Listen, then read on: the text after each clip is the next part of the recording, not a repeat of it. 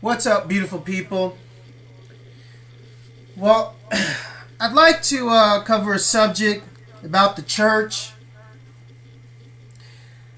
I was just shown a nice picture of the new Pope and the rituals of him being sworn in and all the stuff that they're doing. I will put that picture at the front of this video. What this picture actually shows is the new Jesuit Pope carrying a skull. I don't really care whose skull it is because they can say it's anybody's skull. You'll never really know. And then it has another picture of how they have bones placed out in the Vatican, in the church. Now, one of the things I really would like you to understand is the foundation of that church, actually the Roman Catholic Church, is built on top of a well-known pagan site. This is why you have an Egyptian obelisk right in the center of the, where you walk into the big open church where everyone gathers to listen to the Pope speak. This is why you have the courtyard of the pineal gland, which is in the Vatican, which is Egyptian worship to the third eye, which, that's the all-seeing eye. And you have all these things that are deeply rooted in paganism that these people, this organization, is really open about at the Vatican. You can go there and see it. There's tons of documentation on it all over the internet.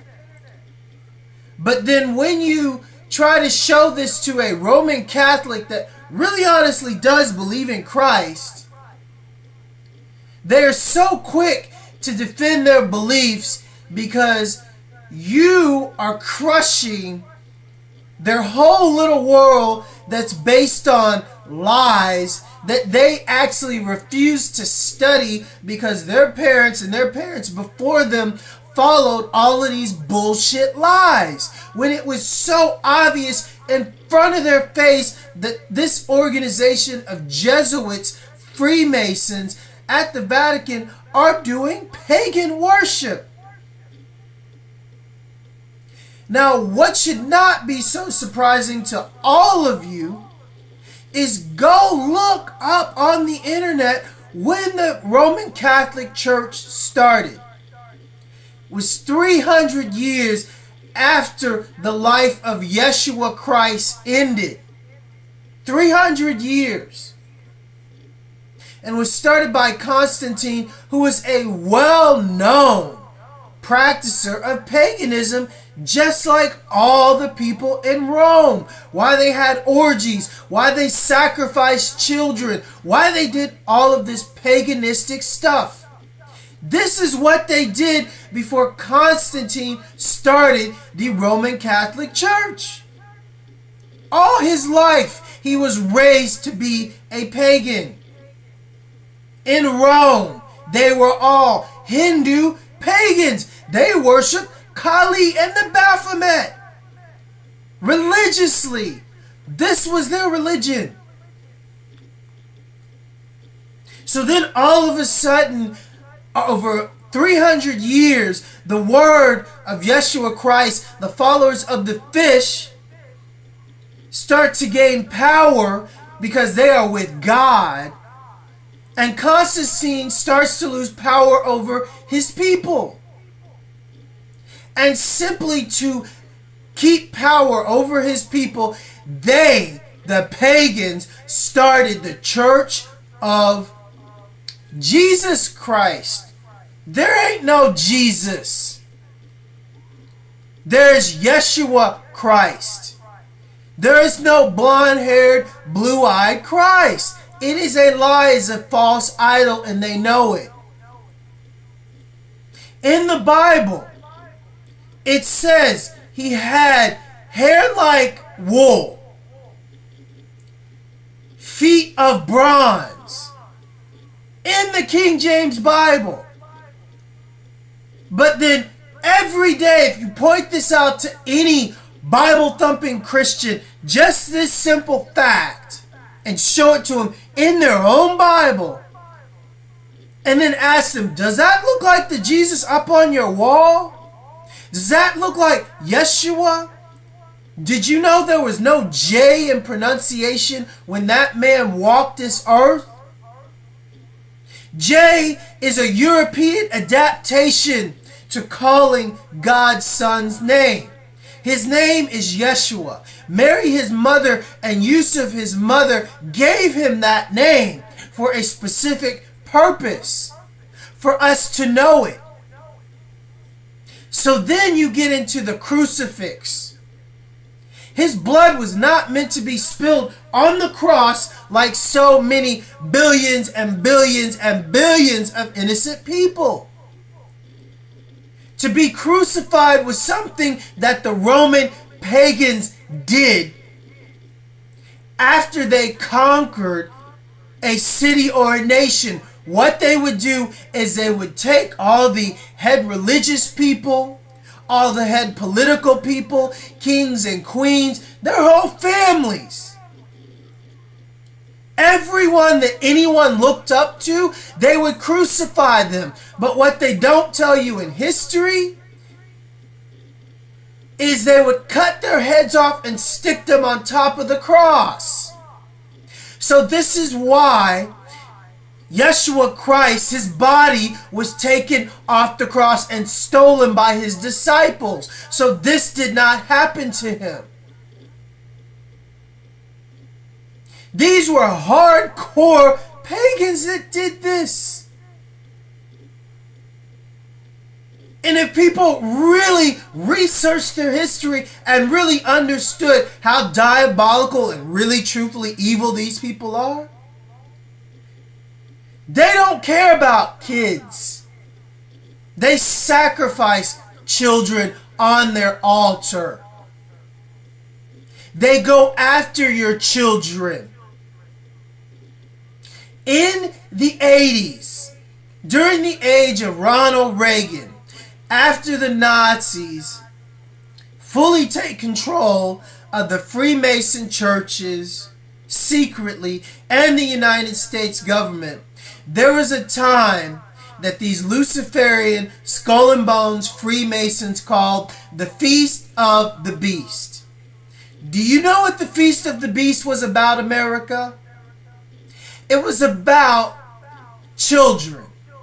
It was about these devils feasting and sacrificing children. Now, if you remember the 80s, to all of you adults, how many kids came up missing in the 80s? Does anybody remember Adam Walsh? I mean, America's Most Wanted was started because of that man and what they did to his kid. The 80s was the Feast of the Beast when these Luciferians openly started feasting and taking children. So let me again bring you back to the church and my personal experience, because I'm going to get graphic about this because I am so sick of people not understanding the truth about what they do. I'm going to tell you my own personal experience and why Interpol came after me to question me about the disappearance of my soon-to-be wife, love of my life, and yes, she was pregnant with my child when she came up missing.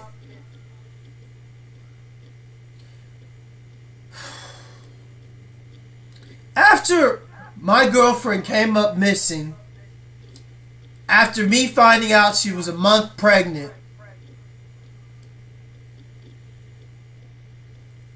the British church sent a specific agent down to shadow me. I was working at a place called Baraka. It is a well-known place in Romania. It is an open bar that is in a park, the nicest park. No, not Chismizu. I forget the name, but it's the biggest and nicest park in Romania, Baraka. So this agent's first day was at Baraka. He was acting as a waiter. I can smell cops. I can smell government agents fucking 10 miles away. I always have been able to because of how I was brought up. I was brought up around gangsters because I was a dancer and they were always in the clubs. And I always listened to them talk and they'd always point things out to me and show me things because everybody loved me. Everybody loves a great dancer. So I learned how to smell a cop. So this bartender is English. It's his first day at Baraka. And we basically start talking. He's really cool. And I started talking to him about jungle in the UK. And he was pretty blown by my knowledge about the UK and drum and bass. I grew up in it. I know it like the back of my hand. Trip hop, all that stuff from the UK. I bought it at a record store for 6 years. Trust me, I know it better than most Englishmen because it was my job to sell it. So then he heard me DJ and he was blown away. So what you have is a government agent starting to wonder, why was he sent in to possibly kill me? This guy was in 007 and I will explain to you how I found this out. So I go take a walk with some friends. I'll be honest, we smoked a joint. It's what we do at Baraka, we came back and my phone and my bag had been gone through. He was the only one there. It was his first day. I knew it because my phone was not where I left it. I have a very good memory. So what he did is he probably took a copy of my SIM to listen to my phone conversations. That's standard procedure. So, I knew what he did, and I get pissed, and I just blurt out like I always do because, hey, all you government agents that ever fuck with me, that have files on me, that know about me, I'm an honest man. That's the problem. I never keep anything in. So I blurted out, fucking A, I fucking hate cops. I hate fucking agents coming around acting like they're this and this and this, snooping through people's shit. So guess what happened? Never saw him again after that day. So I have a friend, Robert. His father is the ex-head of Russian intelligence. Let me remind you, I'm living in Romania. I'm very connected. So I tell him about this guy when I didn't know he was a government agent. And I asked him, I said, dude, that guy was a cop or something. He's like, no, he wasn't a cop. He starts laughing. I was like, what do you mean he wasn't a cop? He's like, he wasn't a cop. I was like, was what? Special cop, Secret Service? And he said, nope. I said, MI5. He said, not really. And I said, MI6? And he just looked at me and said, didn't say anything, said nope. And I said, 007? And he just laughed. He started laughing, and the look on my face was just like. So because of the things I was doing to find out what happened to my girlfriend, the English sent in an 007 to shadow me. So after I learned he was an 007 and I was being shadowed, I started walking around rapping. Because I used to do it like this. I'm walking down the street, no matter who I meet, I talk about these fucking Nazis. Because I'm sick of them always stalking me and my homies. Nobody ever truthfully wants to see the truth about what they do because they fucking took my lady to have my baby. We all know what these Luciferian fucking Freemasons and Nazis do because they're sworn to Satan. Can't nobody ever fucking fuck with this free flow because you know it's never ever underrated or debated. I'm a true MC. Now you're gonna see, Nazis, what you're about to do, and I say you're gonna bleed. Ever fuck with me and you fuck with my family, if you ever fuck with anybody that I love ever again, you and your fucking friends will be wiped out with all your sins. I never needed to keep anything in. I never needed to sin like you because it is what you do. So I walk down the streets rapping like this. Daha, I'm rapping to the beat. You see what I mean, my friends?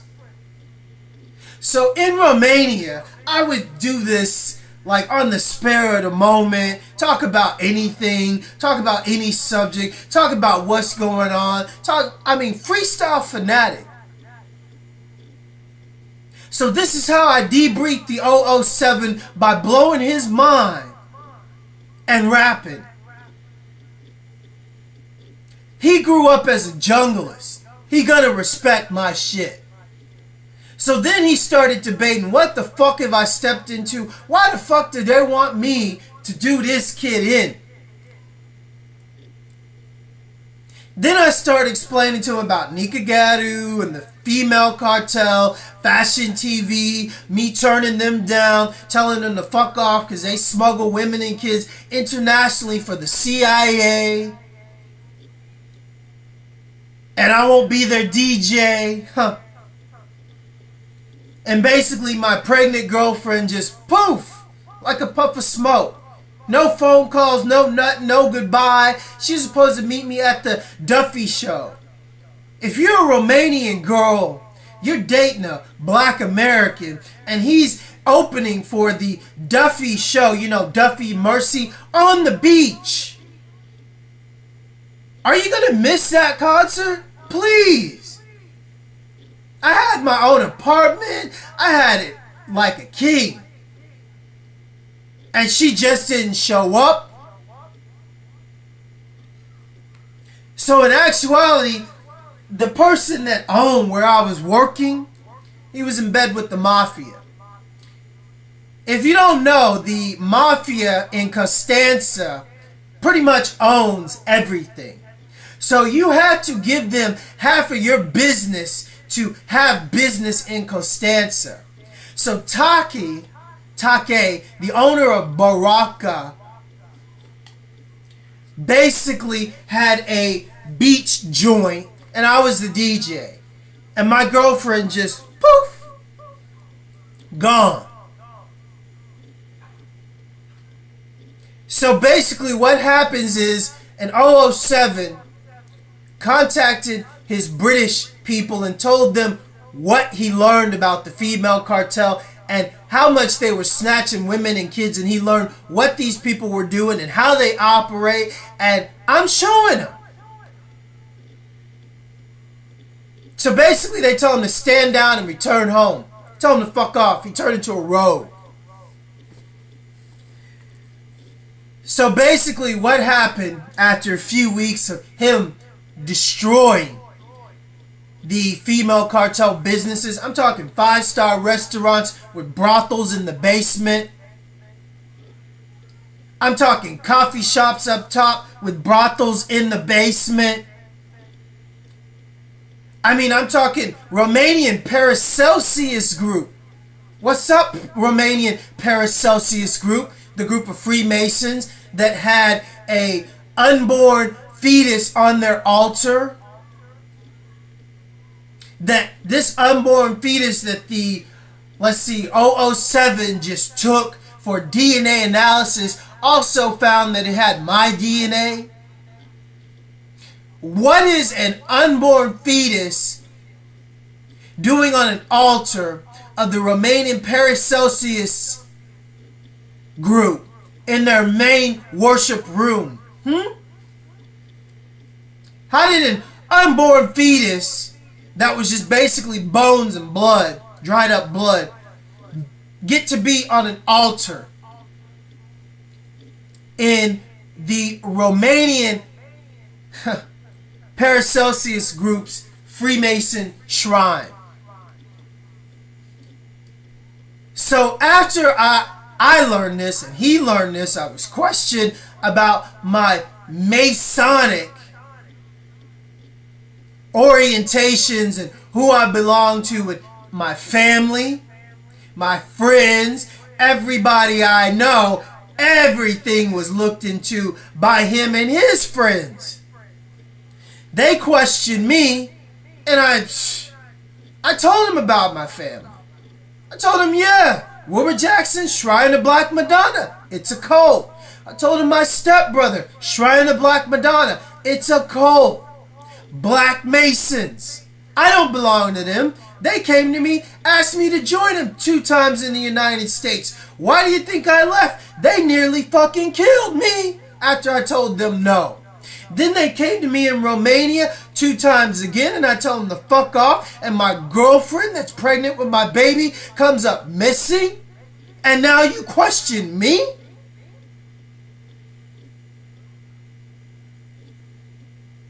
So this is what happened to me in Romania. So now I'm going to make it public to put this to rest.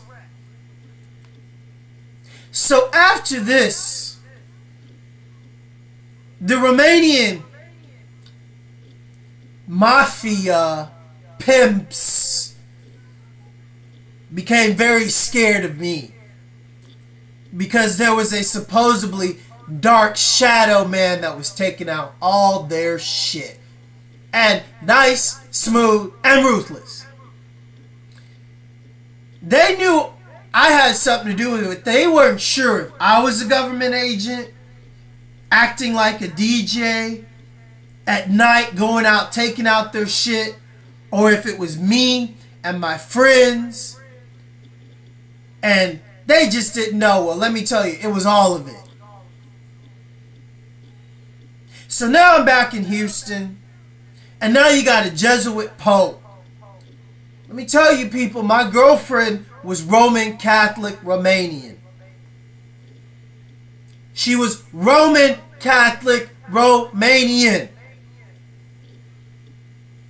How many more women, how many more children have to die at the hands of these pagans? Luciferians. Cannibals. Because it's what they do.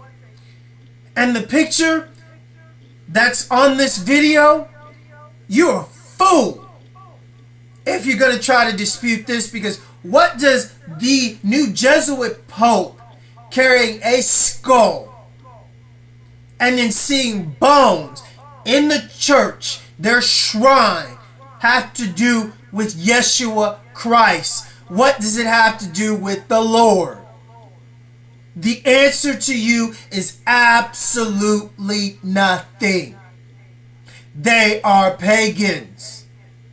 And for you that are Roman Catholic, I'm sorry, but you need to wake up.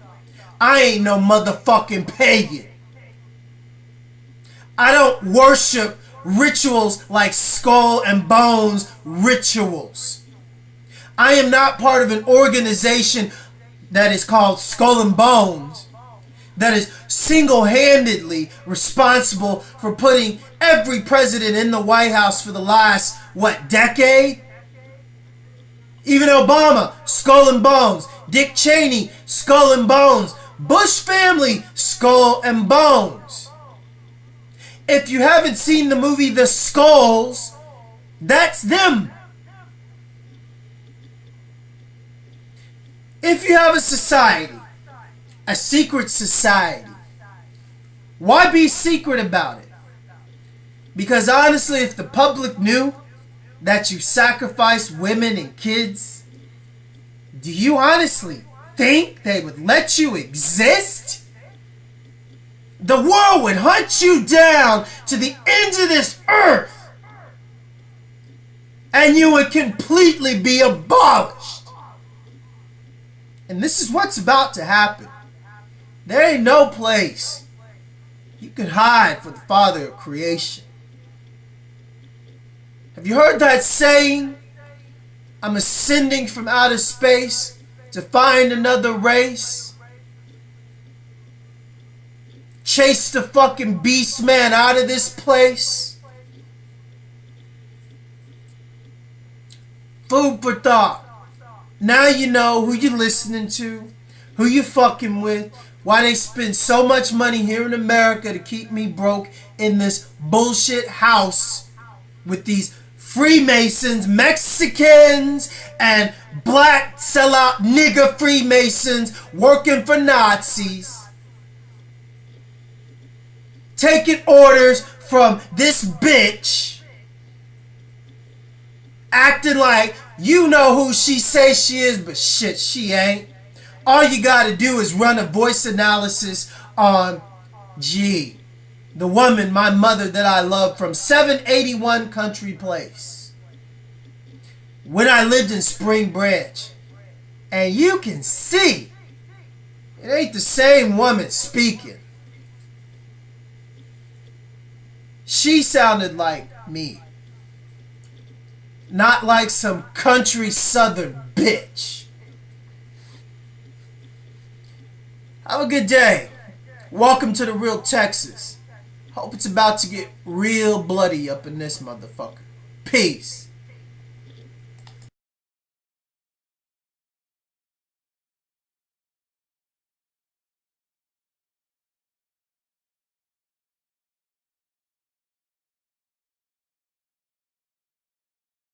Carrying a skull.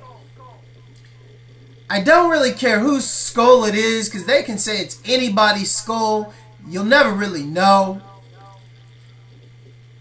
And then it has another picture of how they have bones placed out in the Vatican, in the church. Now, one of the things I really would like you to understand is the foundation of that church, actually the Roman Catholic Church, is built on top of a well-known pagan site. This is why you have a Egyptian obelisk right in the center of the, I don't know, where you walk into the big open church where everyone gathers to listen to the Pope speak. This is why you have the courtyard of the pineal gland, which is in the Vatican, which is Egyptian worship to the third eye, which, you know, that's the all-seeing eye. And you have all these things that are deeply rooted in paganism that these people, this organization, is really open about at the Vatican. You can go there and see it. There's tons of documentation on it all over the internet. But then when you try to show this to a Roman Catholic that really honestly does believe in Christ, they're so quick to defend their beliefs because you are crushing. What's up, beautiful people?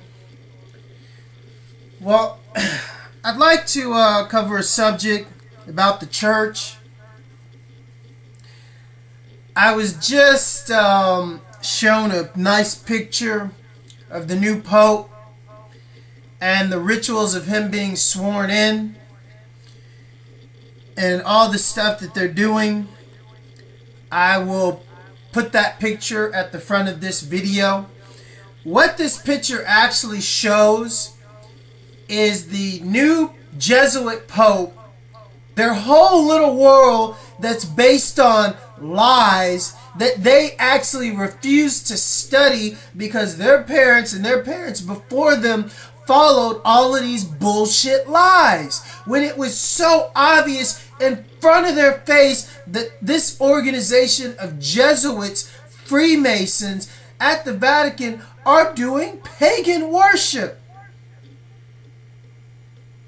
Now, what should not be so surprising to all of you is go look up on the internet when the